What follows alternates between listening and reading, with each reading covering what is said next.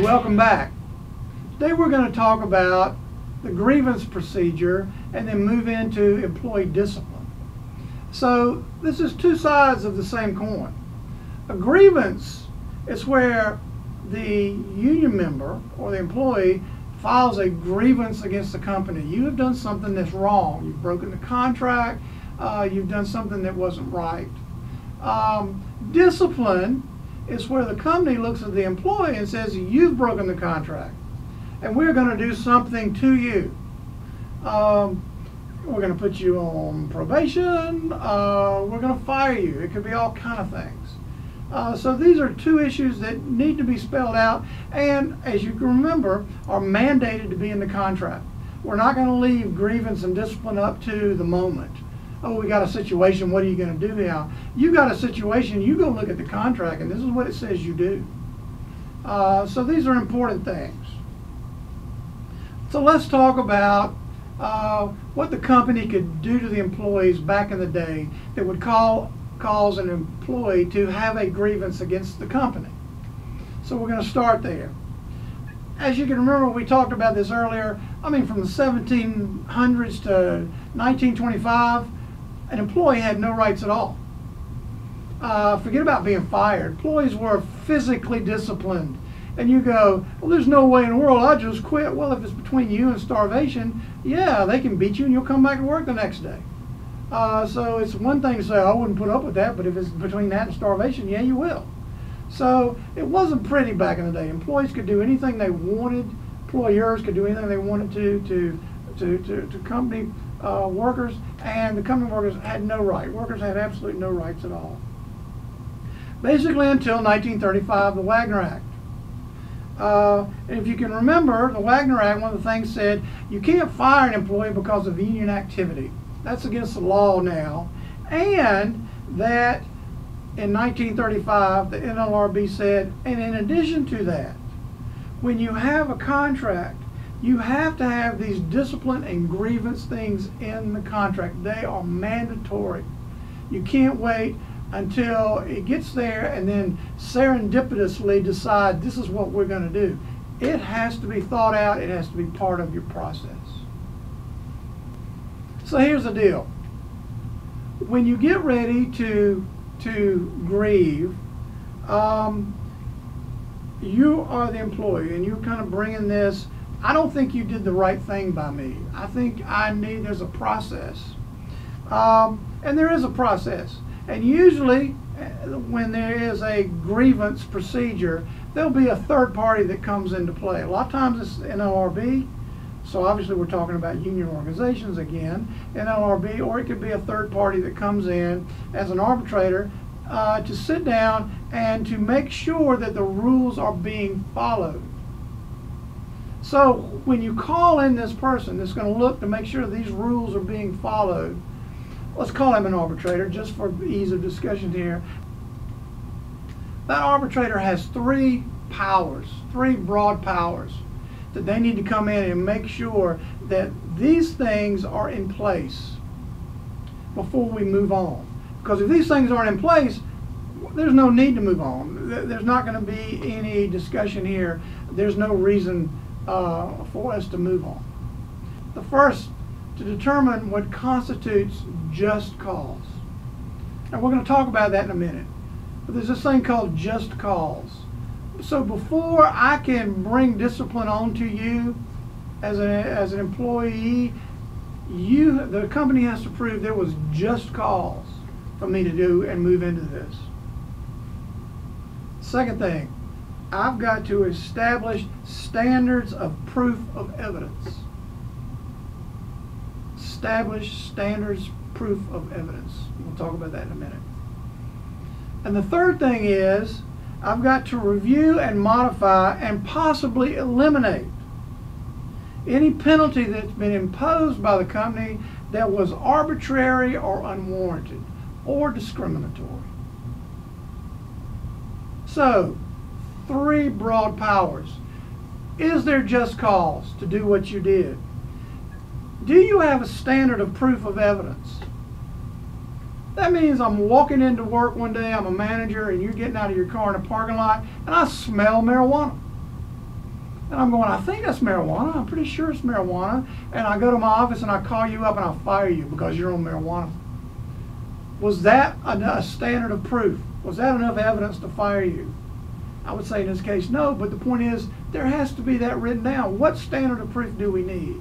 And then the third thing, power, that they have is that I can rescind any decision that you have made that I think is not warranted for the crime, is discriminatory, or is arbitrary. Now remember, 88% of us don't work for a union. 88% of us don't have a contract that represents us. All right, any questions?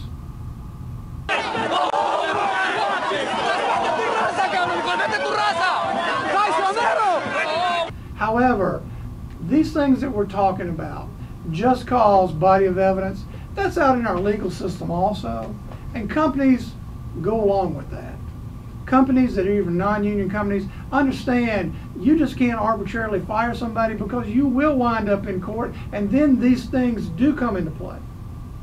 So union contracts, again, it's mandatory that they have these things in there. Most non-union companies have these procedures that are almost boilerplate because they know what's going to happen when they get into the court system, because that is boilerplate. So that's one way to look at that. There's also another thing in the United States called the covenant of good faith. Whether you're a unionized company or not, the assumption is that as a manager, you will operate under a covenant of good faith, particularly in the areas of grievance and discipline. You will use good faith to enact those situations and those behaviors. So that's kind of an overriding assumption in the United States. All right, let's talk about just cause. What does just cause mean? There are three elements that must be reached before we can determine, yes, there was just cause. This is the way the courts work. So we've got to determine just cause. So how do we do that? The first thing is there clear and convincing evidence that a disciplinary offense has been committed? In other words, did somebody do something wrong? Is there clear and convincing evidence that somebody did something wrong that we need to focus on because we're going to move into some kind of grievance or discipline situation? Second thing, was the disciplinary action taken by management appropriate for the offense? Was the disciplinary action taken by management appropriate for the defense? You've been here 3 years. You came in late 5 minutes. We're supposed to be here at 8 o'clock. That's in the policy. Be here at 8 o'clock. You come in late 5 minutes, I fire you. Is that appropriate? You did something wrong. There's no doubt you came in at 8:05. You know, we got cameras, we got time clocks. There's no doubt that you came in at 8:05. I fired you for that one time. You've been here 3 years. Everything else you've done has been great at this company. I would say that's not appropriate. And that's what we look at. And the third thing, the discipline cannot be arbitrary or discriminatory. It must be applied equally among all of your workers. So if you got a buddy who kind of slips in late every now and then, and you just kind of turn your head because Bob's a great worker. He just, he was a little late, went out, big head last night, whatever. And then there's some guy you don't know well comes in late, and you are all over them. I'm disciplining you. That's wrong. You can't do that. That's arbitrary. That's discriminatory. You just can't do that. So if you're going to have these rules, you have got to apply them universally and consistently. So these are the three things that determine whether just cause is truly there. Was it clear and convincing? Is the action taken appropriate for what happened? And have I been discriminatory or arbitrary in my punishment? All right, let's talk about why we have discipline. We don't have discipline because we're granddaddy. We just like to spank you every time you're bad. We don't have discipline because we love rules and it just makes us feel good when we can show that you haven't followed one. We have discipline because we need discipline to continue to be an effective and efficient operation. The point of discipline is I've got an employee here who did something wrong. I need to make sure they know what they did wrong so they will change their behavior and continue to be an effective and efficient employee for my operation. If you don't think you can change somebody from doing that bad stuff, fire them. Go ahead, fire them. The reason you discipline is to get them to stop doing that bad stuff and continue doing good stuff. The reason you got a spanking when you broke your mom's lamp was not because she hated you or that she was some person that just liked beating on people. No, she spanked you because she wanted you to stop running through the house, stop breaking her lamps, and start being a good boy. That's why she spanked you. That's why she disciplined you. So this is what discipline's all about. It's not to be mean. It's not, well, I'll show you. Discipline's all about, dadgum, I'm a manager of this operation. My goal is to make sure we meet our objectives. I need you to work here as good as you can to meet your objectives. You've been here for 3 years. You've done some great work. However, recently you've done some negative stuff. I'm trying to change you because I'd like you to continue this journey with me. So, there are 5 basic reasons that we use discipline. The first one is to set a good example of what appropriate behavior is. What is appropriate behavior?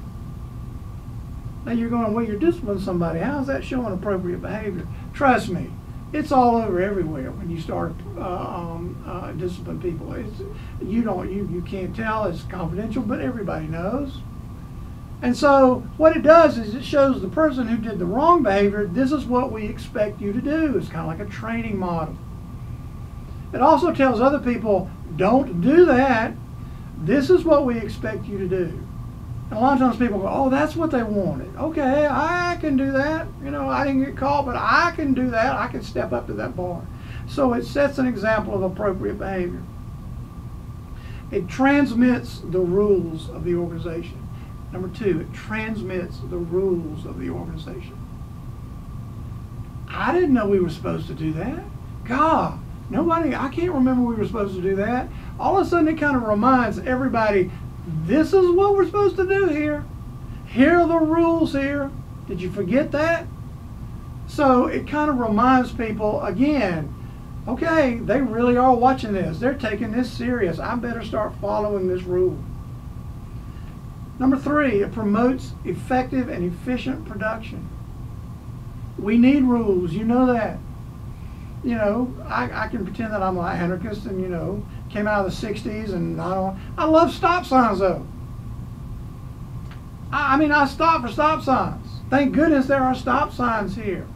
So absolutely, those kind of things help me be more effective on my way home. So that's what discipline does. It promotes an effective production. Yeah, stop at this stop sign. You'll live. Yeah, follow these rules. It'll make us all better. The company will succeed and we'll succeed. The 4th one, I've kind of had issues with this and I've thought about it, but I'm coming around to this. The 4th one says we have discipline that it helps maintain respect for the supervisor. It helps maintain respect for the supervisor. And here's how. I'm the supervisor. I'm the one who's supposed to follow the rules. Make sure you follow the rules. And the reason we have these rules, big reason we have these rules is because it makes us more productive. Big reason we have these rules because it makes it fair for everybody. We have these rules because it makes it safe for everybody. So, the way discipline can actually increase respect for the supervisor is that I see something going wrong and I step in and I change it through discipline. I try to affect it, make it better. The one thing that will cause complete disrespect for a supervisor is to have a policy, have people obviously breaking the policy, and the supervisor is completely aware of it and does absolutely nothing. You have lost total respect for them. And by the way, you can discipline in a very nice way. You can discipline in a way that is very caring and helpful. Discipline does not mean you come in screaming and kicking and knocking over chairs and desks. That's not what discipline is. Discipline is supposed to help people get better. And so if you do that effectively, I believe it can actually increase respect for a supervisor. Number one, respect that you are paying attention. Number two, you're doing what you said you were going to do. And number three, you're making it fair for everybody. You're not letting that one person get away with all this stuff and the rest of us are following the rules and being good, but we're not getting any benefit from that. So we're just not going to follow the rules anymore either. And number five, the last reason that we think that discipline is needed and effective, to correct employee behavior. We could have started with that, but it's so obvious we put it at the end. Correct employee behavior. Maybe you really didn't know you weren't supposed to do that. I'm giving you the biggest benefit of the doubt here, but maybe you didn't know. So discipline is a way to retrain people. Can't do that here, dude. Okay? To make sure that we correct that behavior. So number one, if you knew you shouldn't do it and you did it anyway, don't do it again. If you didn't know you were supposed to do it and you did it, don't do it again. So these are the kind of issues that come up, and this is why and how discipline can actually help your organization, and your organization certainly needs that. Now, let's talk about evidence. You know, that was one of the big things when we first started this. We said we need just cause, and then there needs to be proof of evidence. So let's talk about evidence. A lot of times we think we know what's going on, and when we really get down to it, we really don't know what's going on because our evidence isn't as kicking as we thought it was. So there's something called nature of evidence. There's three things, nature of evidence, and we need to make sure that when we have evidence, that we look at these three things and that we're confident that it meets all three of these criteria. The first one is called a preponderance of evidence. Isn't that a big old word? Preponderance means, do I have enough? Is there enough evidence? Is it adequate to support my position that you did something wrong? Again, I'm walking into the plant. You get out of your car and I smell marijuana. There is some evidence there. I smelled something. I grew up in the 60s. I know what marijuana smells like. So I'm going to go ahead and validate the fact that I know what marijuana smells like. And dig 'em, I smelled some marijuana. So is that a preponderance of evidence? I don't know. I would say no. I can give you all kind of reasons why this guy might smell like pot today.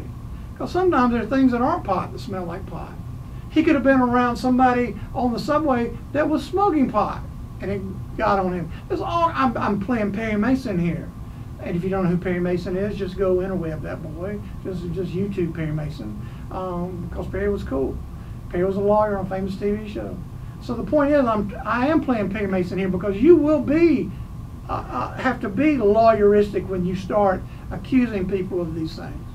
So, number two, was there a preponderance of evidence? You think you smell pot on somebody? I would say that's not a preponderance of evidence. What would be? I don't know. Maybe when he stood up, his bag of pot fell on the floor. Maybe when he stood up, he had a joint in his mouth. I don't know. The point is, there's sometimes where I can say, yeah, there's no doubt, dude. You're breaking the rules. I have to have a preponderance of evidence to believe that. Second thing, do I have clear and convincing evidence? Clear and convincing evidence that there's a high probability that what I saw is what I saw. Clear and convincing evidence. And that's why you'll see in these court cases, well, you said you saw this. Where were you? Did you see it? Yes, I did. Well, where were you? Well, I was across the street. Well, was it rainy? Yeah. Was it getting dark? Yeah. And you're sure you saw what you saw? Yeah. Well, now I've got all kind of reasons to say I can bring in a psychologist and say, no, you're not sure what you saw. So that's clear and convincing evidence. It's got to be.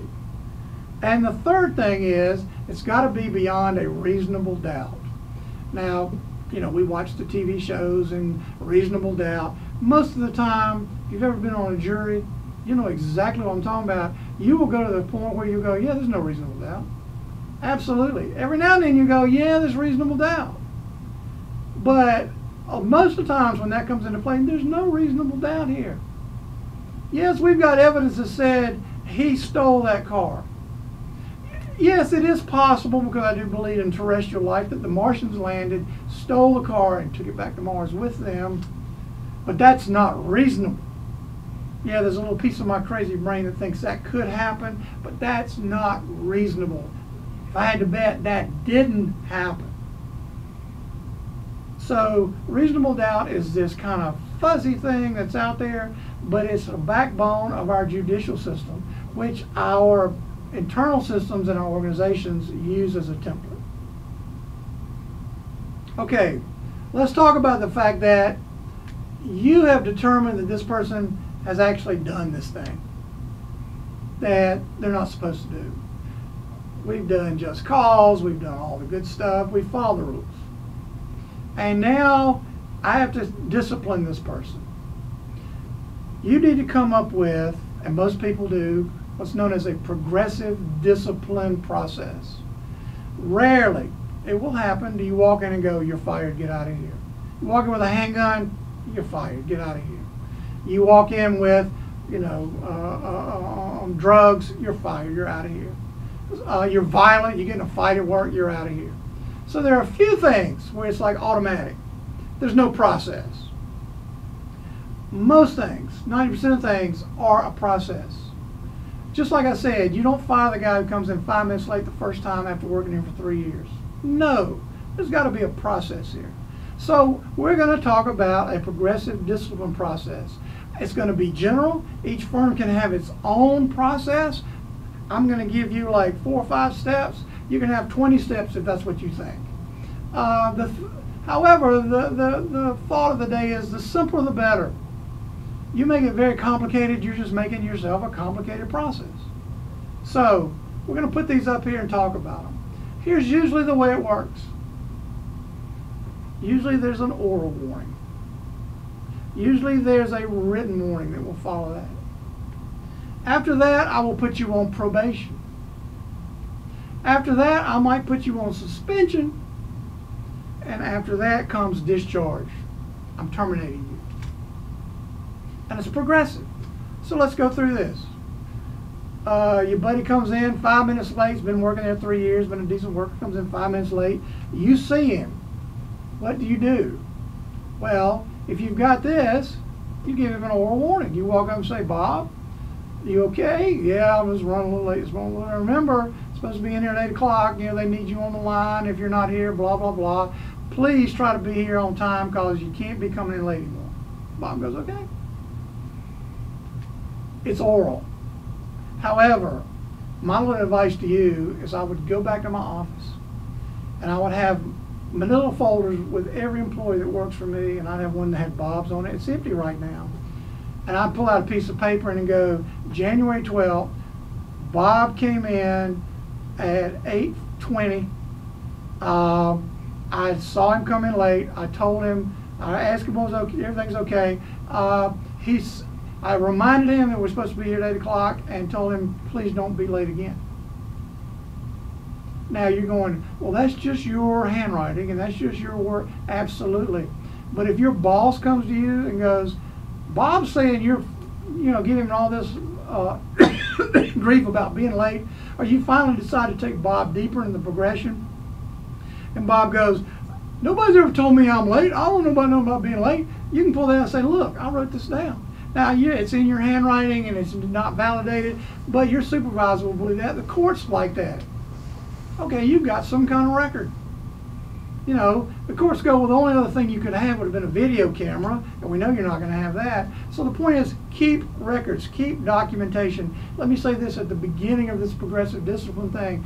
If you don't have documentation, do not try to do anything to your employee. You've lost.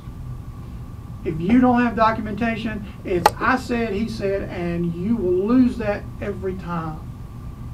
So I'm not telling you to be paranoid. I'm not telling you to be this obsessive kind of person. But if you need the documentation, because here's what's going to happen. Let's move on down the line. It's now into February, over 30 days since the last incident, and Bob comes dragging in late. And you go, Bob, I told you not to drag in late. I'm going to write you up. And Bob goes, you did not tell me nothing. I haven't been late. What are you talking about? Trust me, that's the response you're going to get. You need to be able to say, and if you don't have it written down, you're going to go, yeah, you remember back in January? You don't remember it was January 12th. You have no idea. You're a busy person. You can't even tell him exactly the day he was late on. Try telling that in front of a judge. Well, I know he was late, Judge, but I don't know when it was. Oh, my goodness. So the point is, document everything you've got. It is so important. So January 12th, Bob comes in late. You document it personally. You tell Bob, don't do it again. You give him an oral warning. But you document it. He comes in the February late, written warning. Bob, I'm going to write you up. And you write it up. Bob came in on February 20th, 30 minutes late. We had given him an oral warning on January 12th about being late. This is a written notice that, Bob, if you continue this being late, it could eventually move into probation, suspension, and or discharge. That's as simple as it is. And you sign it, and you get Bob to sign it, and you try to get Bob to sign it. Now you can say, Bob, sign this, and he goes, you're crazy, I don't agree with that, I wasn't late today. That's fine, Bob, that's fine. I tell you what, Bob, you can sign this and put a sentence on there that says, because Bob's going, I don't agree with this. This is a lie. And you can say, okay, Bob, that's your position. I need you to sign this. And you can write a statement. I am signing this merely indicating that I read the complaint and I do not agree with anything here, and sign it. Bob, you can do that.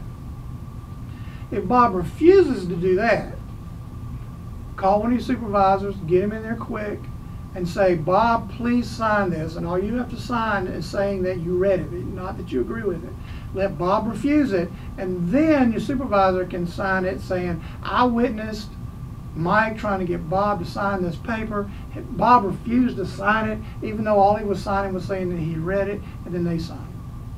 You're just looking for some documentation, because you're going to get into court. I gave this to Bob, he wouldn't sign it. I've never seen that. And if he didn't sign it, in the courts, he has never seen it. So you have to prepare for that. So you give Bob that written warning. Well, sure enough, a month later, Bob's late again.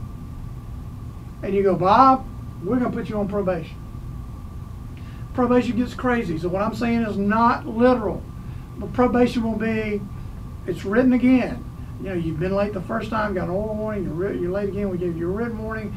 We are now putting you on probation. If you are absent 3 times within the next 60 days, you got to give them an absence. The court's going to look at you and go, hey man, traffic's bad sometimes. Hey man, the subway stops sometimes.